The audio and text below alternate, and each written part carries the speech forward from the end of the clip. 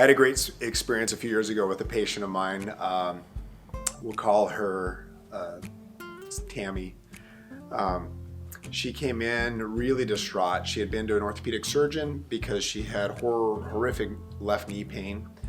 She was very heavy, several hundred pounds overweight. She had been dieting for a couple years. She knew her weight was an issue for her knee, and the weight was coming off, but it was coming off slowly. And she wanted to exercise, but every time she did, her knee pain would flare up, and it kept her from exercising. Meeting with the surgeon, he suggested that she have some surgery for him to go in and clean up her knee. She had some trouble with her meniscus, I believe. But he said he wouldn't operate on her knee until she had lost some weight. So she came to see me really feeling trapped. It was such a pleasure to work with her, though, as we talked about the different factors that played into her pain. And we identified, as I've mentioned before, that age is a factor, the body she's born with is a factor, her history is a factor, and her weight is a factor. But those are all things that you either cannot change or you cannot change quickly. And so I was really pleased to give her some good news in that I, as a physical therapist, am an expert in analyzing movement. And so for Tammy, as I observed her walk and get up and down from a chair and try to take a curb or a step, I noticed some key things, and it was putting strain on her knee. And because her attention was focused on her knee, I don't think she was aware of it, but her hips would not flex beyond 90 degrees. And your hips really should come up, a good 120, 130 degrees.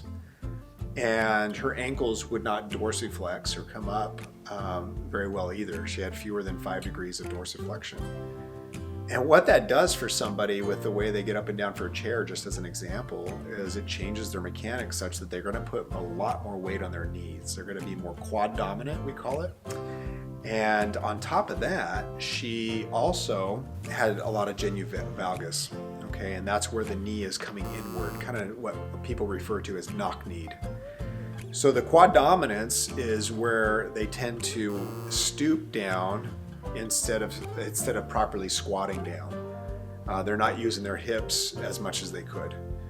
And so her treatment was very easy, and it was really fun to do some things to limber up her hips so that she can bend and squat properly, limber up her ankles for the same reason, and then just point out to her how her knee was traveling inward more than it should.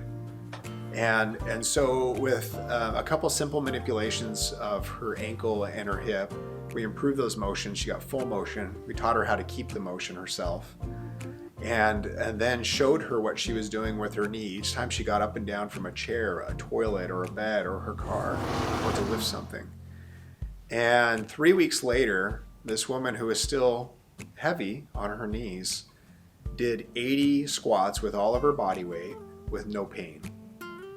And it was just so rewarding to see that.